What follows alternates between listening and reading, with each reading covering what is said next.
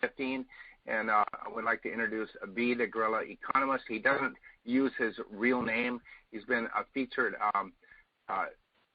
just a professional as far as a financial advisor. He's one of the top people in the world out there. He's been all over radio shows, been interviewed, had 3 million listeners at one time, and we'd like to bring out V. V, good morning. Are you with us? Dave, it's a pleasure to be on. It's an honor and a privilege to be on this call with you and Nadine and all the listeners that are tuning into this broadcast.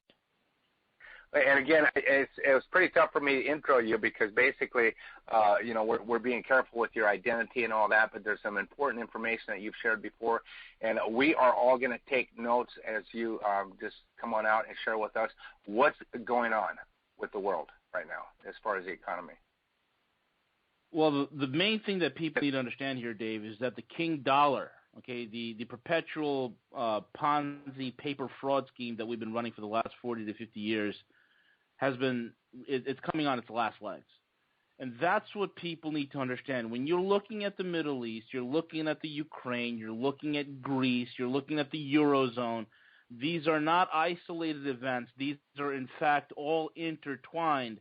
And all of it, folks, is the dollar, the king dollar system being done away with, falling apart, buckling under the pressure, being removed from the world scene, and something new is being birthed on the landscape. And that's the main thing that people understand. People need to also get to the fact that in their heads that there are two competing schools of thought currently right now on the global stage. The first competing school of thought is that has been running for the last, I'd say about last 100 years or so. And that school of thought is the paper school of thought.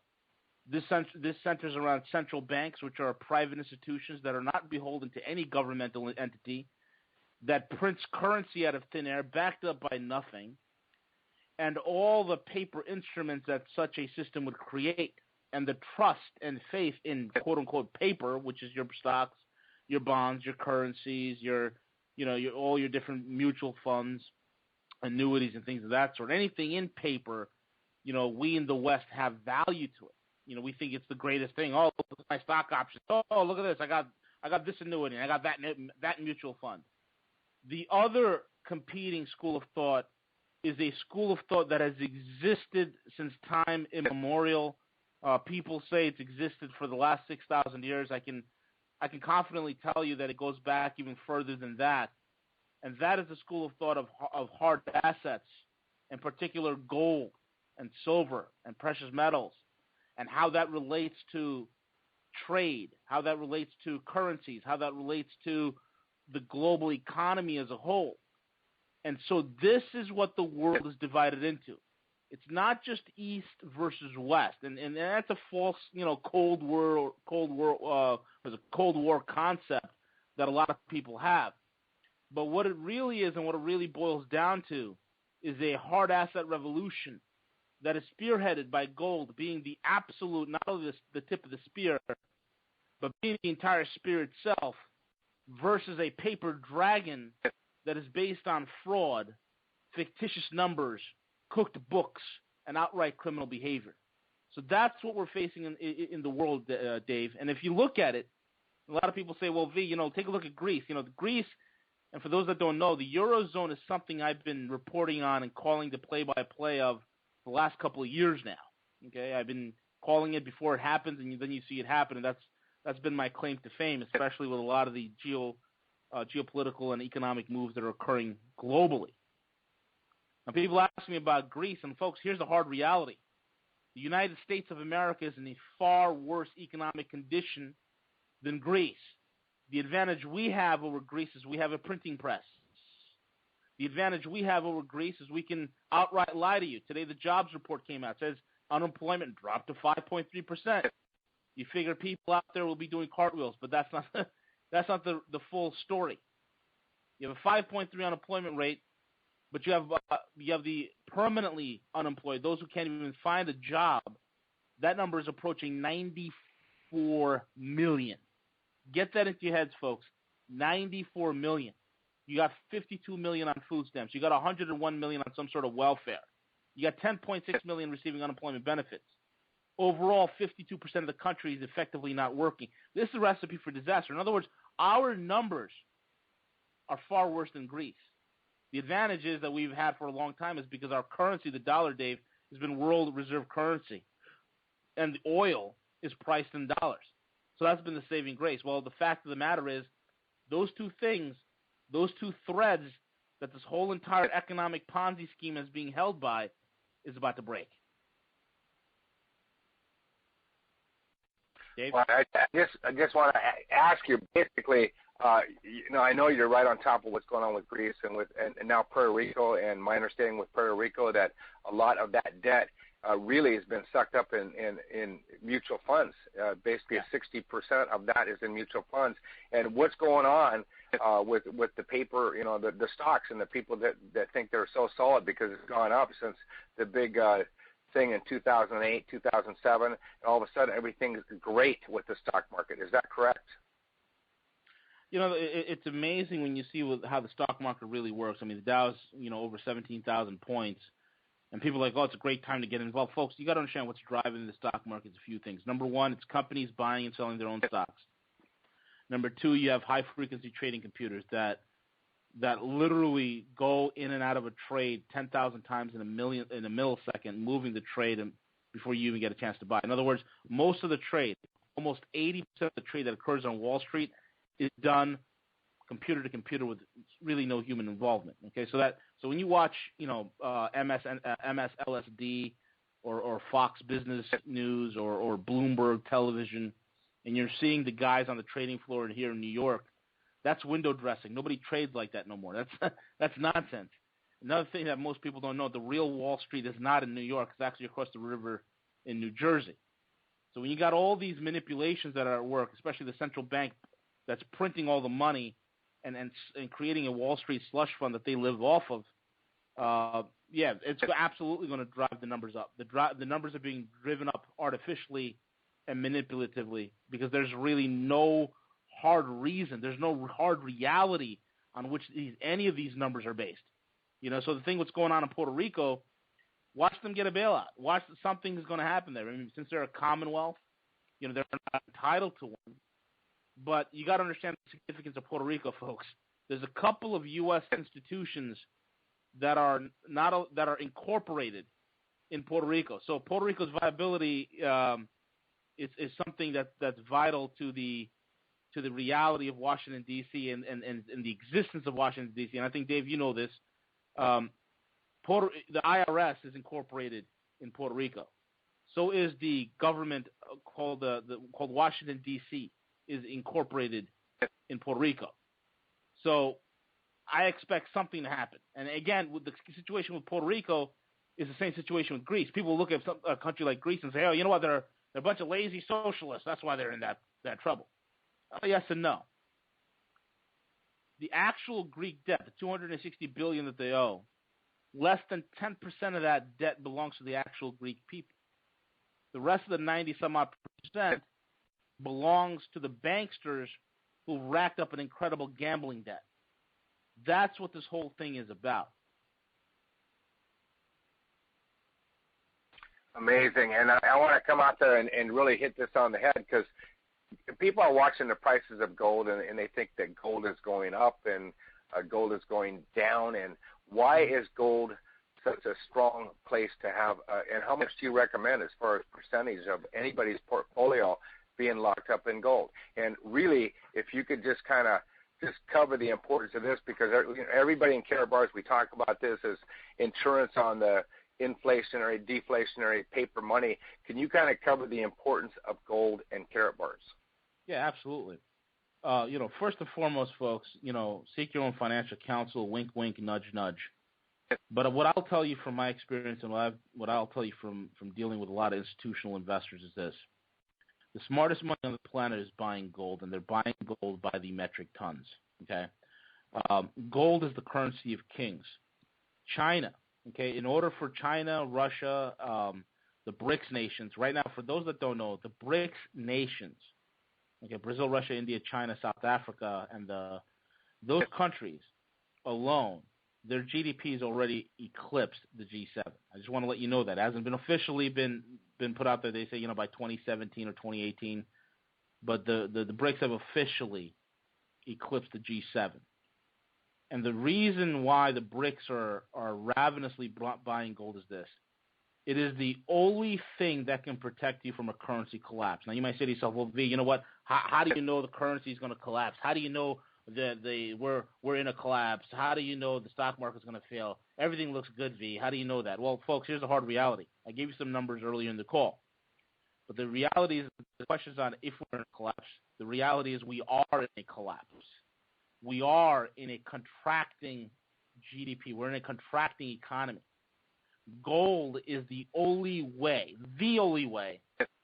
for you to protect yourselves against a currency default and against hyperinflation, which will be hitting these shorts. It's not a matter of if. It's not a matter of when. It's not a matter of if. Excuse me. It's a matter of when. And when you look at China, you look at Russia, you look at all these nations that are buying gold at a ravenous clip, they know something. There's a reason why China has about 30,000 metric tons of gold, and the Russians the same, and the Indians the same, because they know it is what's going to protect you against a defaulting dollar system, number one. And number two, it is the gold-backed trade note that is now becoming on the world stage. See, the Western banking system, what's happening in Europe, the UK, and the US, is bankrupt. It's broken. When you look at these countries like the G7, I like to call them the insolvent seven. It is a club of a bunch of broken, solvent wannabes whose time has long since passed. And since the U.S., when you look at us, we don't make anything anymore. In fact, when I looked at it, Dave, I think the top three biggest exports that we had were trash, recyclables, and pornography. That's it. Those are our three biggest exports. And then globally, you can't get anywhere with that. Okay? So this whole thing, and I always say this, the only exploit that the average American has, Dave, is gold. And it is so important that you get it. And the reason why I recommend Karatbars is this. When I do massive gold investing, I have a client call me up and say, hey, V, you know what? I want to put $3 million, $5 million, $7 million, $10 million, $12 million in a gold account. I don't go down to the bank down the street, or I don't, go to Jimmy John's coin and be like, hey, can I buy some gold coins? No. I'm partnered with brokerages, and we call up a broker in what's called a good delivery system, okay? And the good delivery system is something that is outside of the banking system. It's completely different. And because it's outside of the banking system, there is no third counter risk. What that simply means is this. If I were to go buy gold in a large amount and decide to keep it in the U.S. bank, if that U.S. bank goes bust, there goes my gold. And they'll give me an IOU saying, yeah, we'll pay you sometime between 0 and 99 years. That's not security. That's insanity. So when the smart investors and institutional investors, as well as sovereigns like China and Russia, when they want to buy gold, they go to their brokerage or a sovereign wealth fund and they say, okay, we want to buy gold in the good delivery system. Okay, fine. The broker goes directly to the refiner, not just any refiner. They go to an LBMA certified refiner, London Bullion Market Association. And the LBMA certified refiner, LBMA sets the standard for gold. So when you're buying LBMA gold, you're buying the purest, best gold on planet Earth, okay? And each LBMA gold bar that we get for a client, folks, is serial numbered. And that serial number is important because as soon as you punch that serial number in a vaulting facility or in a bullion bank, all right, that number is the pedigree of that gold. It tells us where it was mined, where it was refined, okay? Then we vault it. And we vault it overseas. Typically, we like Switzerland. We like Singapore. That's where we vault our stuff. And sometimes we even vault in Panama.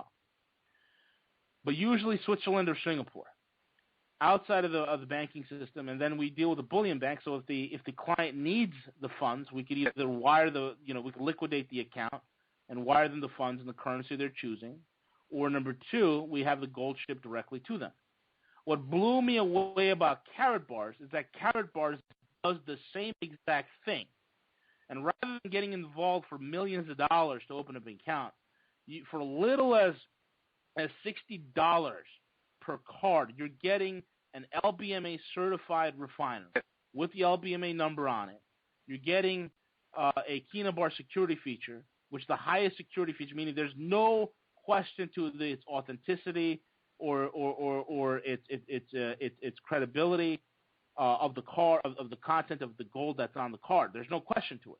Okay, so this is not some loose, 1 gram gold you can buy on eBay from God knows where and God knows what purity. This is legitimate. And then with that feature, folks, Karatbars can either ship you the gold or they could vault it at their own facilities. And if you need the money, they could liquidate it and have it put on your card. That's amazing.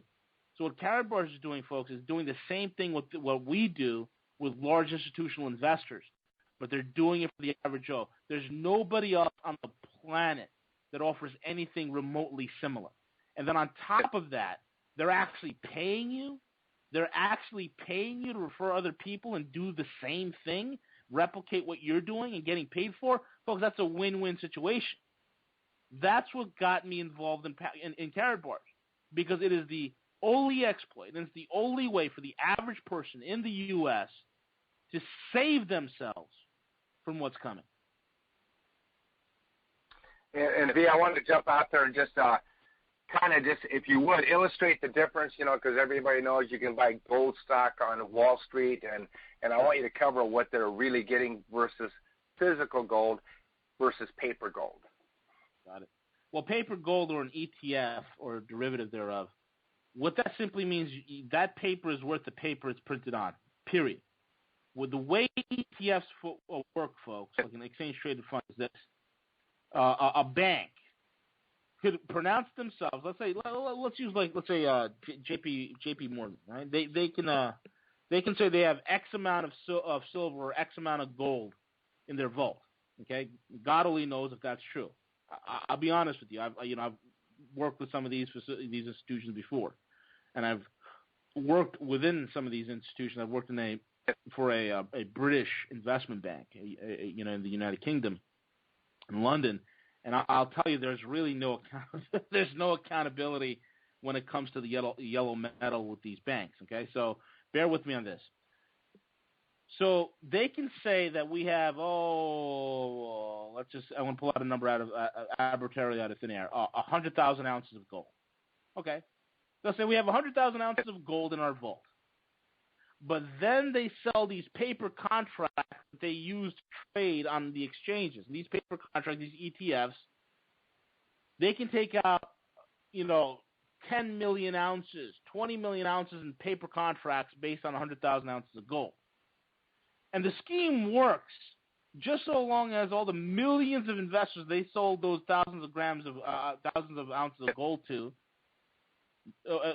they don't immediately come back and be like, hey, that ounce of gold that I have here, I want to exchange my ETF and take physical delivery. As long as that doesn't happen, the scheme works.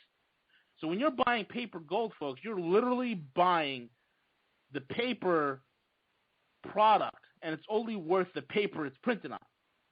And it's important versus when you compare that to the physical gold is where it's at. That's real physical gold.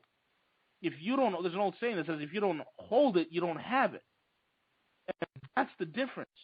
When you're on an ETF, first of all, the way stocks work, folks, I talk to clients, customers all the time. They're like, well, I have stock in Apple. I own it. You don't own jack. Look at your stock certificate. Look at the verbiage on a stock, the legal verbiage on it. You're a beneficiary owner. The primary owner of any company stock, once they do an IPO, is the DTCC, the Deposit Trust and Clearing Corporation. That's in 55 Water Street right here in Manhattan. They own the stock, and they can revoke your ownership at any time. So you technically don't own jack. Okay? So it's important for you, and this is again the mentality. You have the paper mentality, and I've talked to plenty of paper millionaires. Okay? Paper millionaires. They're worth millions of dollars, but on paper, they own nothing in real hard assets. Well, I own my house. No, you don't. You don't own nothing. You don't own your house. Don't pay your property tax, and you'll find out who owns what real soon. So the reality is, folks, you have to have physical possession. And that's the difference versus something paper and intangible. The world is going through a paradigm shift. Either you're going to be a part of the hard asset revolution that is coming upon this earth, that is being birthed onto the world stage, that is displacing the United States dollar, or you're going to hold on to the paper and see your wealth vaporized. And that's just the facts, Dave. I got to ask you, this is really important what you're saying. It's waking a lot of people up on this call right now. And I'm going to ask, as far as gold pricing, why is gold, the price of gold right now kind of low? And everyone's wondering, when is it going to go up? In your expert opinion, can you share with us? Absolutely, and I'm glad you asked that question. Here's the reality, folks. Remember I told you, we are living in a paper world or a paper paradigm, and we're living in the empire of paper, which is the United States. We create every single fraudulent piece of paper for every single thing you can imagine here, okay? Now, this whole contraption, this whole Ponzi scheme is held together by a central bank. And in our case, it's the Federal Reserve. In the Europeans' case, the ECB, and the Brits, they got the BOE, the Bank of England, and so on and so forth.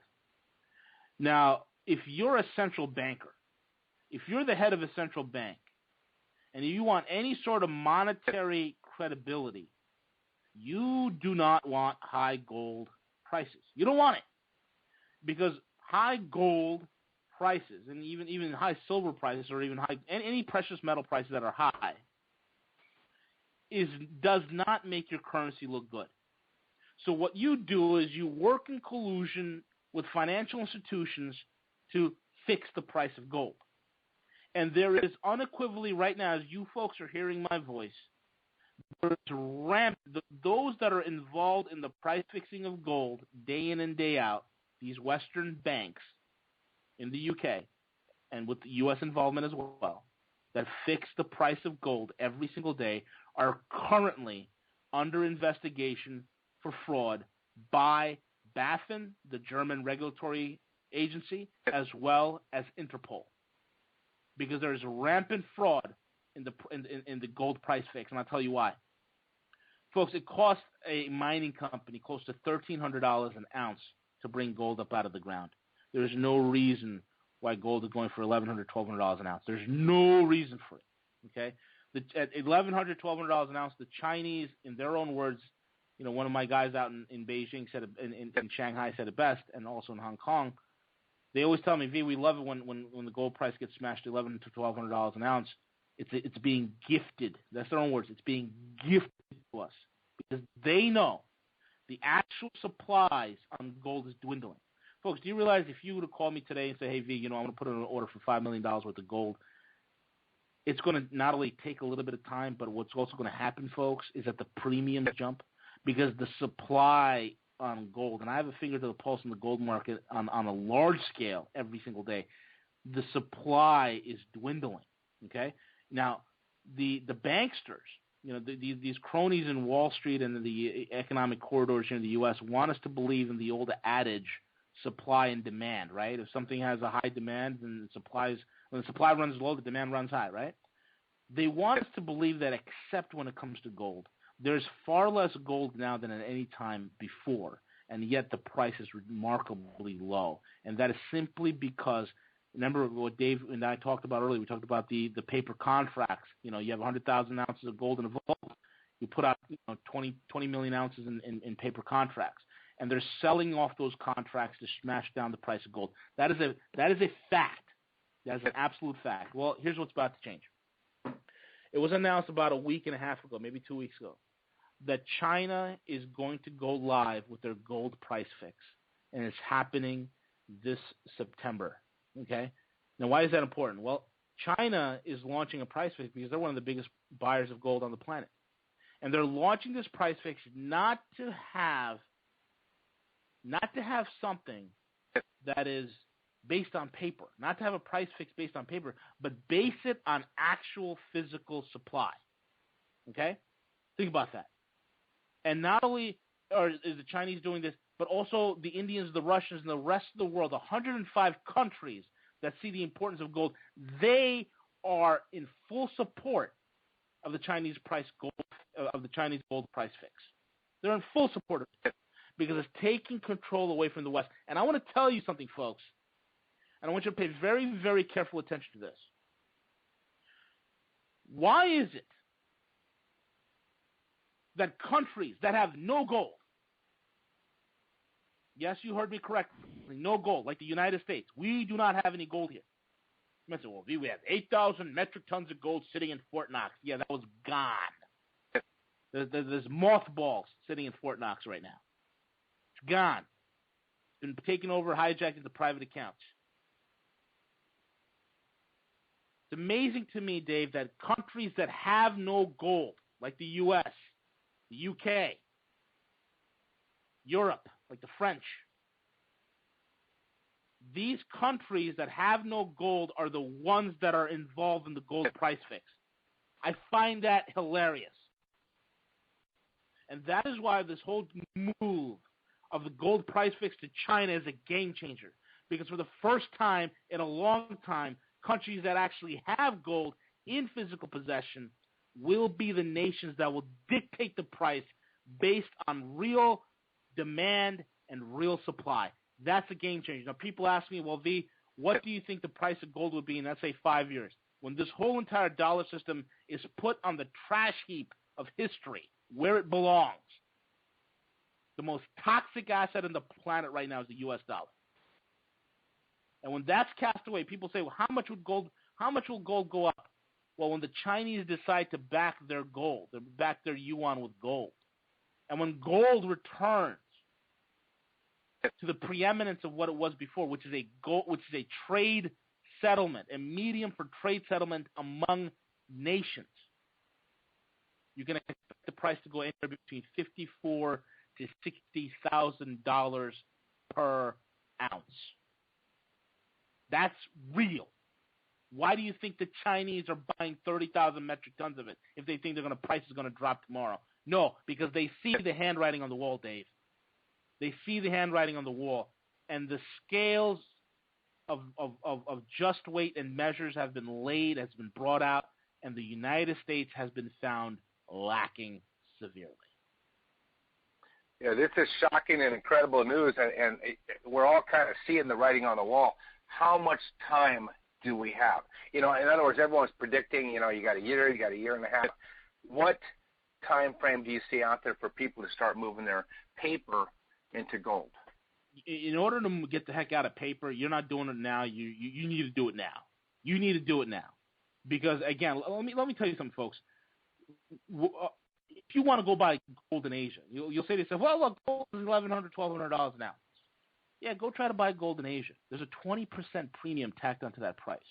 Okay, and the U.S. is typically between, I'd say anywhere between 4 and 9% of a premium. So we pay the lowest prices on gold. Okay, but in Asia they're paying a higher clip because it's getting harder and harder to come by.